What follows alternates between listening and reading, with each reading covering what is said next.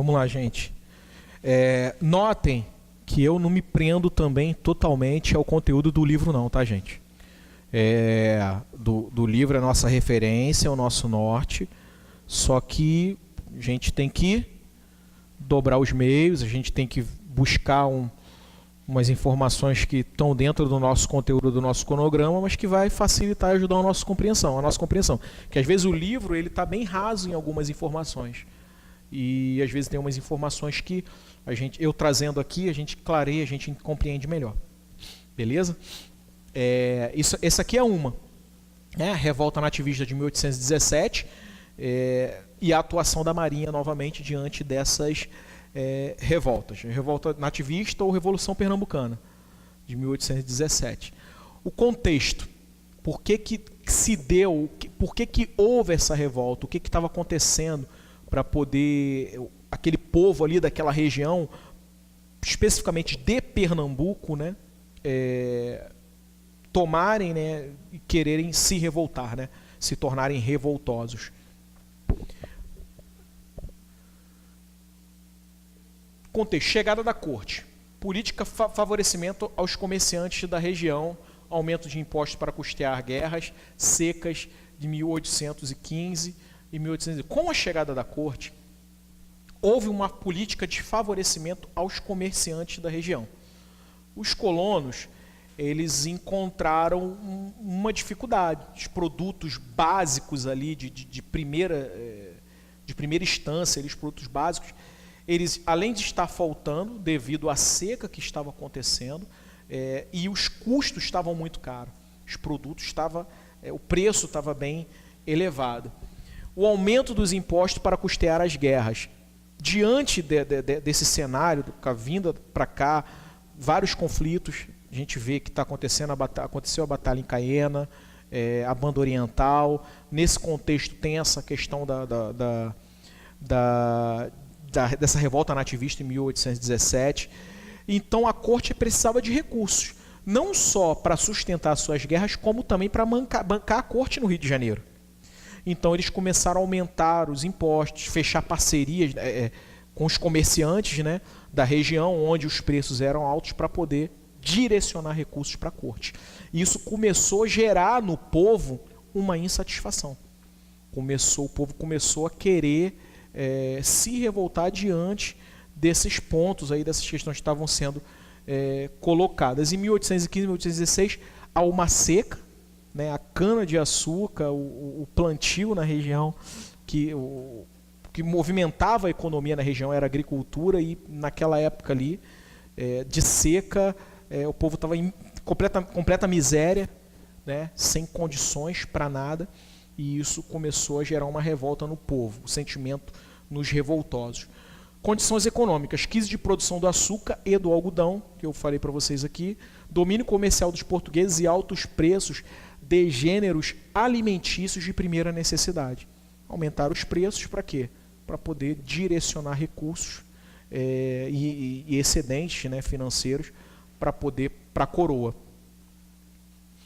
Política e sociedade. O que estava acontecendo na questão política e social? Desejo de substituir a monarquia por uma república. Ou seja, a sociedade estava se movimentando, querendo gerar um movimento republicano. Ou seja, a gente pode caracterizar esse movimento como um movimento separatista. Ele queria se separar de Portugal. Um movimento republicano, criar a sua própria república. Insatisfação da população contra a miséria e contra o domínio português. Beleza? Essa revolta nativista está inserida nesse contexto aqui que eu vos coloquei. Coloquei para vocês aqui. Lembra de crise, lembra de altos preços, lembra de seca, né, de 1815 e 1816. Né, o povo estava em miséria, né, para poder sustentar os privilégios da corte e bancar as guerras. Lembra desses detalhes aí. Se vier alguma coisa relacionada ao que gerou a Revolução Nativista de 1817, esses pontos aí a gente pode se atentar, porque deve vir alguma coisa relacionada a isso aí. Beleza?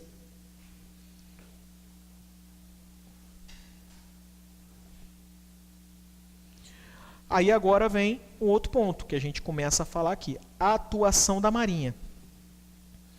Em paralelo ao que ocorria, isso aí está no livro de vocês agora, não está? Em paralelo ao que ocorria no Sul, teve a corte que se mobilizara para fazer frente ao movimento separatista que eclodiu em Pernambuco em março de 1817. Como eu falei para vocês, está de vermelho aqui. Acontecia uma revolução lá no Sul, paralelo a tudo isso que estava acontecendo, começou a eclodir um movimento lá em Pernambuco. Um movimento de caráter separatista. Ok? As primeiras providências para o estabelecimento da ordem legal em Pernambuco foram tomadas pelo Conde dos Arcos, governador da Bahia, que fez armar em guerra alguns navios mercantes e mandou seguir para Pernambuco sob o comando do capitão-tenente Rufino Pérez Batista. Isso aqui a gente já vê a Marinha se montando e a atuação da Marinha diante dessa revolução. O governador lá de Pernambuco empreendeu uma força naval sob o comando do capitão-tenente Rufino Pérez Batista, para poder conter essa revolução. A esquadrilha era composta por 3 navios e tinha como missão o bloqueio do porto de Recife. Tinha como missão o bloqueio do porto de Recife. Tá fluindo aí, Sandro? Tá tranquilo? Sei que história a gente tem que ficar lendo, ainda tento chamar a atenção de vocês para vocês não dormirem, mas vamos lá. Em 2 de abril, partiu da corte uma divisão sob o comando do chefe de esquadra, Rodrigo José Ferreira Lobo, composta por 3 navios, enquanto que da Bahia seguiram por terra 2 regimentos de cavalaria e 2 de infantaria. Ou seja, foi a gente já vê aqui que foi um movimento por terra e por mar.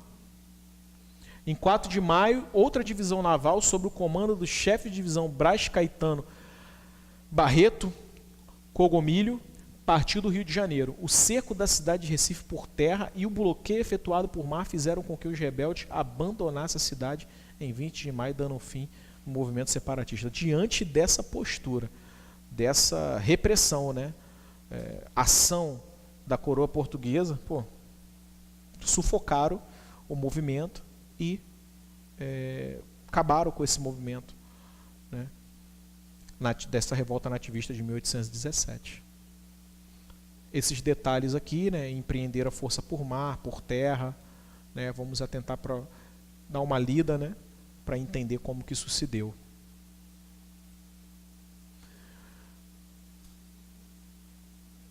Beleza, e aqui a gente fica no final de 1817. Terminamos essa revolta aqui, exatamente como eu voltei para vocês, as causas e a atuação da Marinha diante desse movimento. Agora a gente começa a entrar na Guerra da Independência do Brasil. Vamos ver como que isso desenrolou. Deixa eu ver o tempo aqui, como é que a gente está, até onde vai dar para ir. Vamos lá. Guerra da Independência. Elevação do Brasil a Reino Unido. Lembra que eu falei para vocês? Eu tenho que deixar uns minutos para poder estar falando tá escrevendo a música. Vocês vão querer a música, né? Vou escrever aqui rapidinho. Vamos lá.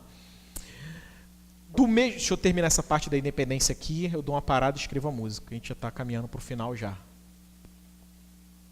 Do mesmo modo que a transferência para o Brasil da sede do Reino Português foi motivada pela ameaça representada pelo expansionismo francês na Europa, seria esperado o retorno do rei Dom João IV a Lisboa e a restauração do pacto colonial após a paz europeia. Desculpa, Dom João VI. É Dom João VI. Dom João VI. Que acontece aqui? Eu já falei um pouquinho para vocês quando o Brasil foi elevado a Reino Unido. A guerra na Europa, ela estava estabilizada. O conflito entre França e Espanha havia se estabelecido uma paz. Portugal começou a se organizar e criar assembleias para poder discutir qual seria o rumo do país daqui para frente. Eles criaram uma assembleia lá e começaram a fazer o que chamaram de Guerra da Restauração, da Restauração Portuguesa, que era o retorno de quem? De Dom João. Eles começaram a querer que Dom João voltasse. Ó, tá tudo certo, não tem mais guerra, França já não é mais uma ameaça, Napoleão morreu. Dom João, volta para cá. Poxa, Dom João fica pensando, aqui é uma colônia. Ou melhor dizendo, aqui era uma colônia, sim, uma colônia, que eu trouxe para cá, mudei toda uma estrutura, estou criando todo um mecanismo aqui para poder governar, as coisas estão se montando, estão se desenhando de maneira favorável, porém, eu tenho lá Portugal, uma relação toda com a Europa lá, uma evolução, umas condições totalmente diferentes. Dom João, ele gostava do Brasil, ele até queria e demonstrava interesse em ficar no Brasil, só que, entre ficar no Brasil, naquele período, nas condições que o Brasil se encontrava, e ir para Portugal, Portugal politicamente era muito mais importante. Era muito mais importante. Só que, se ele vai para Portugal, o Brasil provavelmente ficaria à mercê de novo, né? Iria se tornar uma colônia de exploração.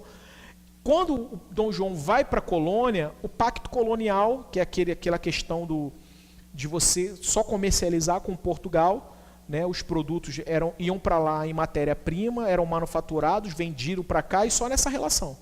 Ou seja, comprava o preço que queria, exportava o preço que queria, porque Portugal que mandava, era exclusivo, era o que chamavam de exclusivo comercial.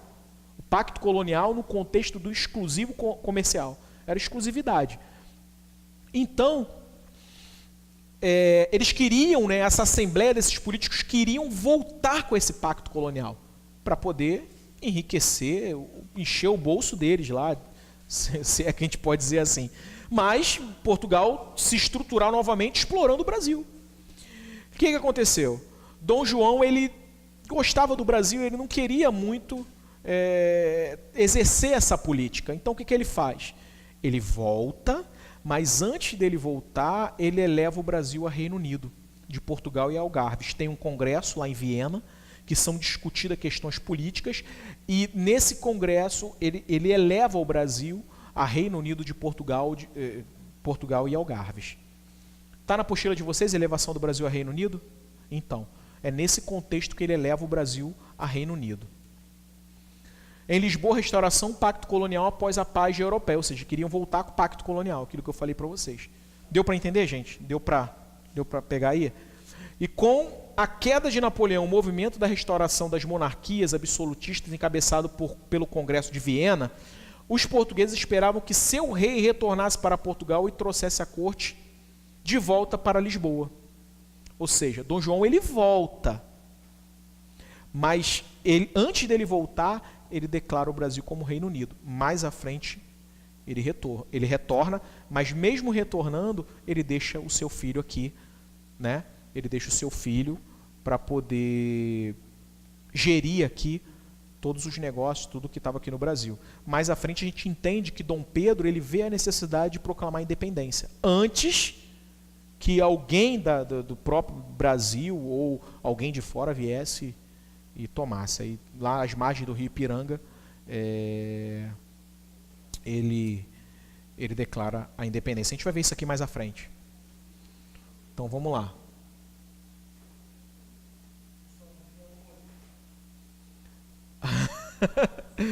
Deixa eu pegar esse pedaço aqui, deixa eu ver aqui até onde vai. O retorno de Dom João. Deixa eu ver aqui onde a gente parou aqui. Vamos para aqui. Só terminar esse detalhe aqui, a gente tem que escrever uns 5 minutos para escrever. Entretanto, o monarca permaneceu no Rio de Janeiro e, para viabilizar essa situação, elevou o Brasil a uma condição equivalente de Portugal com a formação do Reino Unido de Portugal e Algarve. Portugal, Brasil e Algarves. Enquanto os comerciantes e fazendeiros brasileiros desfrutavam do afrouxamento dos laços coloniais, a sociedade portuguesa via-se deixada em segundo plano, com o território luso sendo administrado por uma junta sob controle de um militar britânico. Ou seja, aquilo que eu falei para vocês aqui. Tinha uma junta lá que estavam gerindo de negócios em Portugal, que ainda continuavam exigindo o retorno de Dom João. Aqui Dom João volta. Ó, e Dom João vai voltar. Dom Pedro fica em seu lugar. Ou seja, tal estado de abrasileiramento da monarquia portuguesa, somado ao clamor por uma flexibilização absolutista vindo de setores da sociedade portuguesa, fez estourar na cidade do Porto o movimento revolucionário liberal. É o que eles chamaram de Revolução do Porto. E eles, nessa revolução, eles pediam o retorno e exigiam o retorno de Dom João. Logo, a revolução se espalhou por todo o Portugal, fortemente a instalação de uma Assembleia Nacional Constituinte, denominada de Corte, que visava instaurar uma monarquia constitucional. O Estado revolucionário da antiga metrópole provocou o retorno do rei em 26 de abril de 1821, deixando seu filho, Dom Pedro, como príncipe regente. Tentava, assim, a dinastia de Bragança manter sob o controle e longe dos ventos liberais as duas partes do seu reino. Beleza? A gente vai ficar por aqui. Tem mais slides, a gente vai estar passando aqui. Mas a gente fica por aqui. Vou escrever a música no quadro para você, para poder facilitar a compreensão. E na próxima aula a gente termina a aula 4 e entra na aula 5. Né? A ideia é essa. Beleza? Deixa eu escrever a música aqui antes de eu me despedir de vocês. Vamos lá, gente. Olha só. Tá meio embolado aqui, espero que você entenda. Na próxima aula eu vou botar direitinho no quadro. Agora a gente está sem tempo, mas eu vou escrever direitinho a música no quadro para ficar bem bonitinho. É que agora foi na correria. Na correria porque já cruzamos aí o horário. Mas vamos lá cantar. Vocês já sabem o ritmo, então vocês podem cantar comigo. Vamos lá. Espero que ajude vocês, né? Como eu falei, tem algumas informações que não está inserido no conteúdo de vocês, mas para se contextualizar e entender o que estava acontecendo, pode ajudar. Então vamos cantar, o Duarte vai cantar com a gente também. Vamos lá. E Dom João desembarcou aqui, veio fugido de Napoleão, para nações amigas e fez tratados de navegar. Depois fundou o Banco do Brasil, desenvolveu a administração. Brasil foi elevado a Reino Unido, mas lá em Porto tem revolução. E Dom João vai voltar, Dom Pedro fica em seu lugar. Pam, param, Portugal vai pressionar. Dom Pedro disse que vai ficar. Dom Pedro só quer poder e moral. Independência ou morte é o sinal. História é uma matéria genial. Só mais uma vez. E Dom João desembarcou aqui, veio fugido de Napoleão, abriu os portos para as nações amigas e fez tratados de navegação. Depois fundou o Banco do Brasil, desenvolveu a administração. Brasil levado a Reino Unido, mas lá em Porto vem revolução. Dom Pedro fica em seu lugar. Pam, param, Portugal vai pressionar. Dom Pedro vai ficar. Dom Pedro só quer poder e moral. Independência ou morte é o sinal. História é uma matéria genial. É isso aí, gente. Valeu. Obrigado aí, bons estudos. Tamo junto, estou à disposição no que for preciso. Um abração, gente.